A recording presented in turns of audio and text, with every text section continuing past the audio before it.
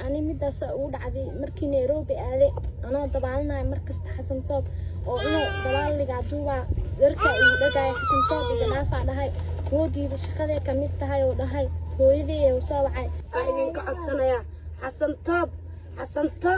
حسن طاب قبل دوا قد ناستي وأكو هرمري muuqaal walba iraalle ka aanas iiga duube wax iraalle ka aanas iiga duube ilaahay waxaan ka baryaa hortiisa in askaalo hortiisa askaalo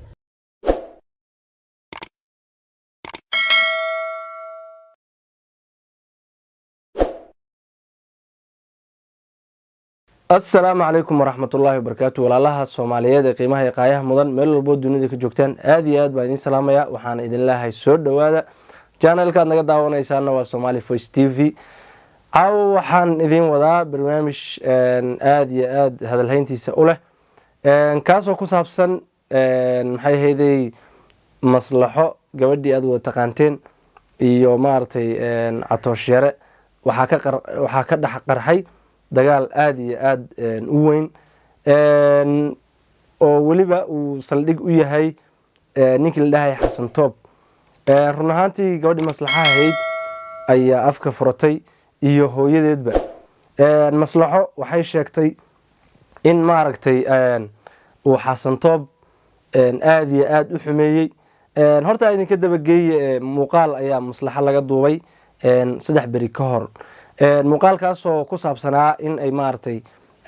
maartay swimming pool ay ku dabaalinaysay run ahaantii ayada iyo nin kale iyo catoosh ayaa maartay muuqaalkaas si wada jira u soo wada duubay oo dabaalanaya marka muuqaalkaas ayaa maartay maslaxo laga duubay waxayna sheegtay inuu muuqaalkaas uu Xasan Toob uu ku khasbay una yiri maxay ahaydey shaqadaada qabso يعني أيضا waxay sheegtay maslaxo waxay sheegtay in aysan rabin ayadu aysan raali ka ahayn muuqaalka in laga duubo waxay kaloo sheegtayna in muuqaalkaas ay tiri hal laga reebo laakiin ma aysan dhicin waxaana la soo galiyay baraha bulshada hadal hayn aad iyo aad u weyna muuqaalkaas uu dhaliyay marka maxay ahaydey meesha waxa ku jira ayaa ah ruuxantii kulli markii hore maslaxo way yeeshay in muuqaal laga duubo oo waliba muuqaal noocan ah laakiin hadee lama garan karo 3 bari kadib waxa uu saameynta u yeeshay marka maslaxo ayaa maanta soo hadashay ayada iyo waliba hooyadeed maslaxo aad iyo aad bay maartay afka u furatay waxayna sheegtay in maartay uu Xasan Toob khalad aad iyo aad u weyn uu ka galay maslaxo waxay sheegtay sidoo kale in aysanba mushaar fiican ama sana ay lacag fiican uunsa siin jirin oo la siin jiray $100 $100 hooyadeed oo maartay sida ay sheegtay xamar ku nool inay $80 ka siin jirtay halka $20 ee kale ee soo harayna ay wiilkeeda yarka caano uga gadan jirtay meesha su'aasha ku jirta ayaa ah maslaxo ma gabadh uun iska shaqaysata ay ahayd mise waxay ahayd gabadh uu qabo catoosh yare waa su'aal la isweydiinayo haddii uu macnaha uu catoosh qabo maxaa dhaliyay in ay maslaxo qaadato un $100 oo meesha ay shaqaale ka noqoto away biilkii maxay ahaydey reerka iyo gabadha uu maartay siin jiray su'aashaas ayaa iyadana meesha ku jirta ayaa la isweydiinayaa marka run ahaantii ma filin naloo dhigahayba yaa jira oo maslaxa iyo catoosh ismayman qabinba mise maxay ahaydey wax kale oonan ogeyn ayaa jira si kastaba ha ahaatee arrintii way weynaatay maxaa la jiray maslaxana aad iyo aad waxay dhaliisha u saartay in Xasan Toob uu qof xun yahay unsan wax fiican siinaynin muuqaalka anshaxumadahana uu asagu ku khalday waxay kaloo sheegtay inay maartay ka tagtay teamkaas oo ayadu maartay hadda ay hooyadeed ay la joogto si wada jira ay muuqaal ayadii hooyadeed u soo wada duubeen hooyadeed maxaa la jiray ayada laftirkeeda Xasan Toob ayay aad iyo aad maartay u dhaliishay oo ay tiri gabadhayda uu ku danaysanayay maartay maxaa la jiray de muuqaal xun oo ka soo duubay meel xun uu iga baray bay tiri maartay gabadhayda marka adigu qoyskan ayaa aad iyo aad uga sheegtay ninka Xasan Toob lagu magacaabo ee youtuberka ah marka si wada jira ayayna u dhaleeceeyeen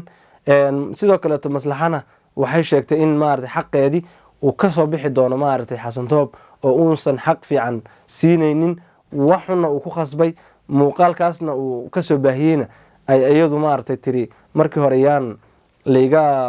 sii daynin hase yeeshee muuqaalkii waa la soo daayey marka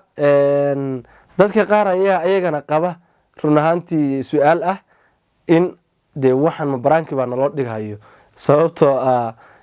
kulley markii hore muuqaalka loo duuhayey dee raalli bay ka ahayd sida maaragtay saxda ah hadee kulley ayagu say sheegtay hadda waa sidaas oo waxay tiri maaragtay waxaana yaan lasoo gelin lakin waa lasoo geliyey bay tiri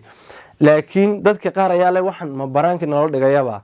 kolley su-aashaas waa su-aal meesha ku jirto wayna dhici kartaa youtuberadu inta badan waxbay isku ogaadaan si kastaba ha noqotee anigu aada iyo aad baan maaragtay oga xumahay in gabadh soomaaliyeed in muuqaal xun ama waxaynse rabin lagu khasbo oo lasoo dhigo baraha bulshada haddanana maxay ahayday ama lagu rikaateeyo ama dee si khaldan muuqaalka loo isticmaalo